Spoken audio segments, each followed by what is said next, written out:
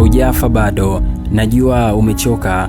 Najua kuna siku unaamka ukijiuliza kama bado kuna sababu ya kuendelea kupambana. Ndoto ulizokuwa nazo zimeanza kufifia. Moyo wako umekata tamaa na hauoni tena mwanga wa kesho.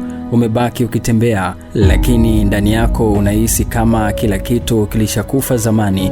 Lakini nisikilize ndugu yangu, bado unao nafasi ya kuamka na kuwa yule mtu unayemtamani kuwa. Bado muda upo, hujachelewa. Usikubali maumivu ya leo ya kushawishi kwamba kesho yako imekwisha. Mara nyingi ushindi mkubwa uzaliwa pale ambako watu wengine walishakata tamaa. Kumbuka, hakuna shujaa aliyefika mwisho wa safari bila majeraha. Hakuna mshindi aliyeshinda kila vita alivyopigana. Kilichotofautisha ni kwamba waliamka na kusimama tena kila walipoanguka. Kama umeanguka, simama tena. Kama umechoka, pumzika, lakini usiache safari yako. Kama umelia, futa machozi yako na endelea mbele. Hata jua linapotoweka usiku huwa halijafa. Usubiri muda wake na uchomoza tena. Washindi si wale ambao hawajawahi kuanguka, bali ni wale walioamua kupambana hadi pumzi yao ya mwisho.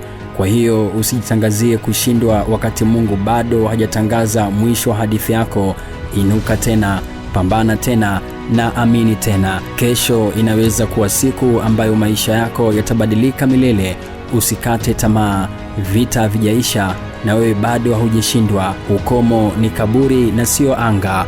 Mimi ni Steve Champion.